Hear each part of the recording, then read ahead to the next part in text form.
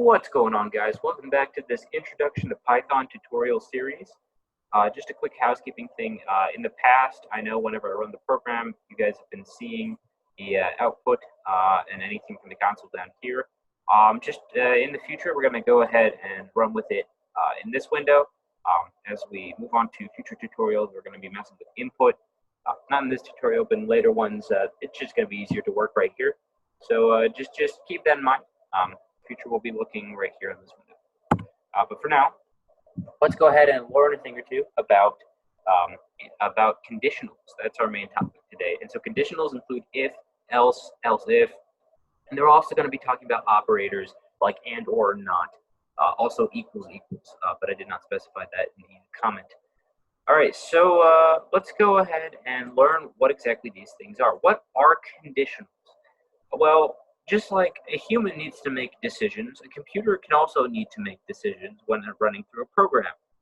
Let's say we're trying to simulate a human within a program, and we have a rainy day outside. So the weather is a condition. If it is rainy, it is rainy. That's a condition.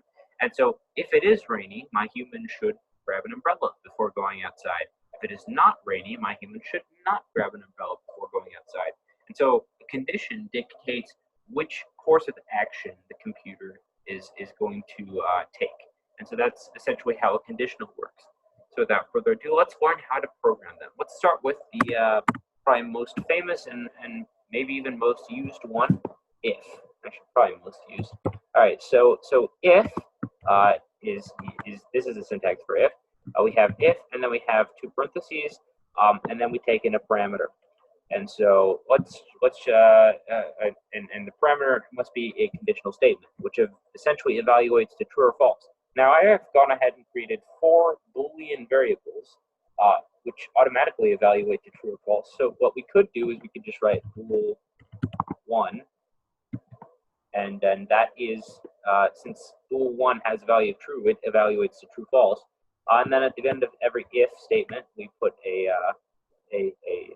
colon right there, and then this is where indentation comes into play. In Python, indentation is key. If you mess up your indentation, you will get errors. So after an if statement, you need to indent, and then we can write something like print if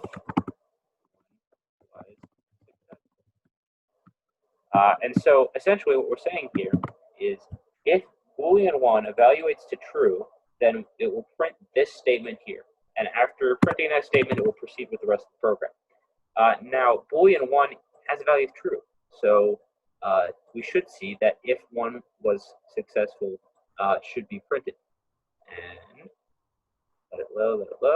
Tutorial 4 down here. If 1 was successful. Great. So it worked. But what happens if we change this to false? What we should see is that statement is no longer printed. And it is not. And that is because the if did not the code inside of this if statement did not run because the parameter evaluated false. Hence the if did not run. So let's go ahead and go back up here, change this back to true. And then let's learn about some of the other conditional statements that we have available to us. For example, else if. Else if is denoted by the following syntax, elif, and then we can put something like bool2, and then we can go ahead and write another thing like print, and then if to or elif was successful. So the way that elif works is in the event that the initial if statement fails, and there can only be one, then the else if will be checked. It's essentially like saying, okay, let's say you're checking the weather, like going outside and checking, is it raining? That's your first question. And if it is raining, okay, then you change your behavior to behave as if it was raining outside. But if it's not raining, you want to check the next thing. So the next thing you check for is it snowing? And that would be an else if. So an else if only runs if the first condition is false. And you can have multiple else ifs. And so there can be a bunch of these stacked next to each other. And so essentially, it will keep checking the next else if until it finds something that is true, and then it will stop. An important thing to keep in mind is that in the event that this is false, none of these run. Or sorry, in the event that this is true, none of these will run. Also, an if statement can stand alone. So it doesn't necessarily need to have an else if. It can just be a single if statement. So keep that in mind. However, an else if cannot go without an if statement. So keep that in mind as well. All right, so for our purposes here, we've created this little setup right now.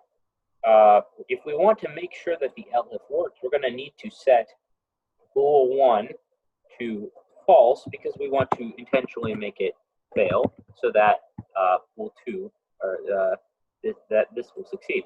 Or bool 2 is actually set to false, so we should change that to true, and that should do the trick. And now we can start, and we should see that the Elseif runs. Elseif was successful. Yay! That's what we like to hear. All right, but let's say we want every single if and elif to fail. So let's go ahead and do that. What do we want to do? We're going to change bool 2 to false, so it fails. So there's another statement that we can use, and I imagine you've already guessed it, else.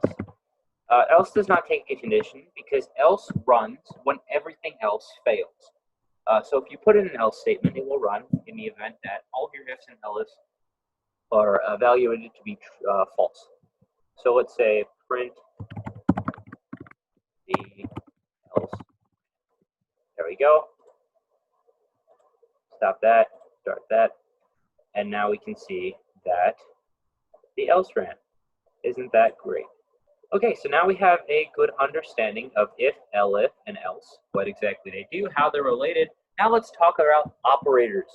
So what are operators? Well, these are the things that allow you to compare values and basically make these conditional statements. So we've been doing very simple conditionals, literally just putting in a Boolean variable that is automatically true or false. But there's some more complex stuff we can do. And so a very important thing that you'll need to know throughout the rest of your programming career is equals equals, and this applies to most languages. Equals equals does not say that we are assigning a value. If you have two equal signs next to each other, it is in fact asking whether or not something is equal. So we want to ask, is Boolean 1 equal to true? The answer to that is, of course, going to be false, so this if statement won't run. But if we said, is Boolean 1 equal to equals equals to false, we should see, since Boolean 1 has a value of false, it is equal to false, and for that reason, this print will run. So let's go ahead and test that. As you can see, if 1 was successful. Another operator we can use we can use the AND operator.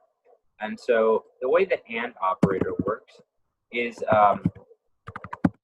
for the entire statement to evaluate to true, both things on either side of AND must also evaluate to true.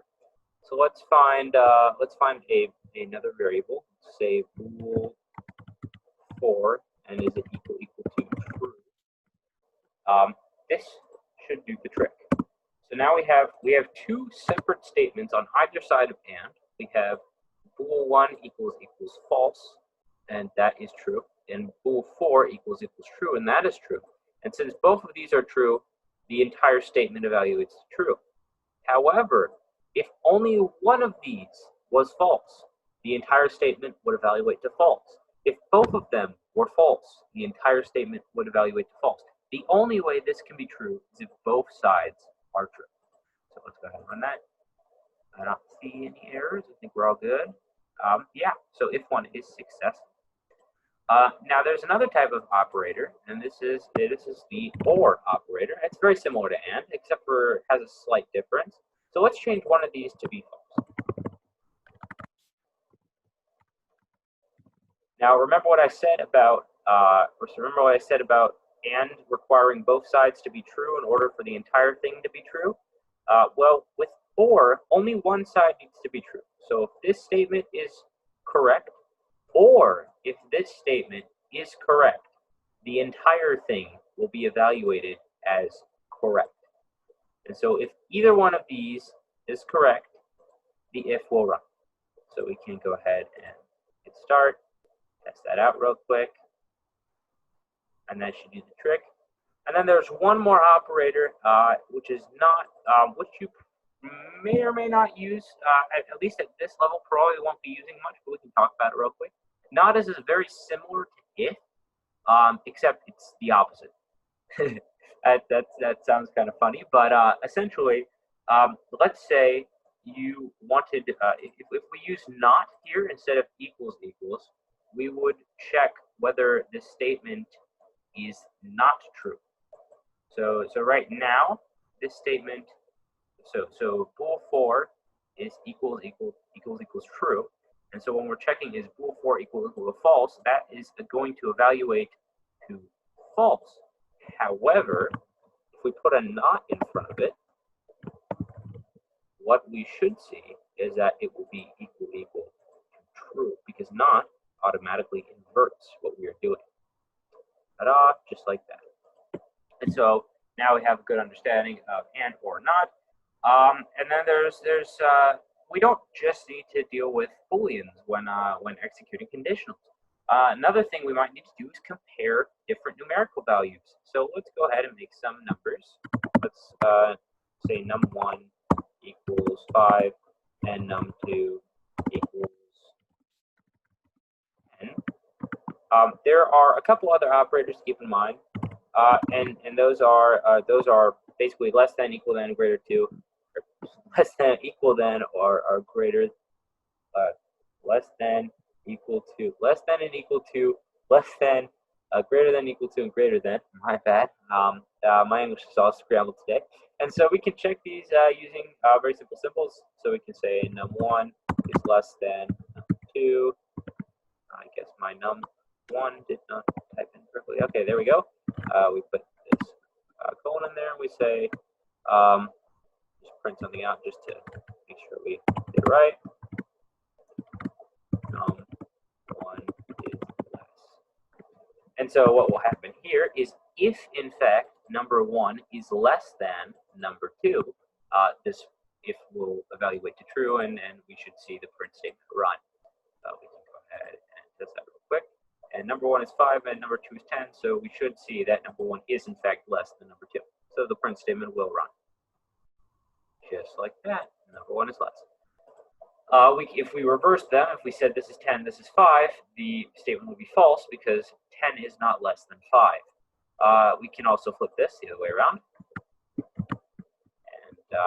And this would just be if number 1 is greater than number 2. It's not really worth running. You get the gist. And then we also have less than, equal to, or greater than equal to. And those have a pretty easy syntax as well. Essentially, if we want less than or equal to or greater than equal to, we'll put whichever sign we want, less than or greater than, and we'll put an equals at the end to get that equal to in addition. And we can also do the same thing we did above with the Boolean variables with the numbers. So we can say is num1 equal to num2. Obviously, 5 is not equal to 2, or not 5 is not equal to 10. So so this would be false. But if we change num1 to be 10 and num2 is already 10, we should see that this is true. So the statement evaluates to be true. And those are really the big key operators and conditional statements that you are going to be needing. So this is a very important concept. I highly recommend you go into some sort of software and try and program with this. Get this down, get the hang of this, and good luck with your programming endeavors. I hope to see you in the next tutorial.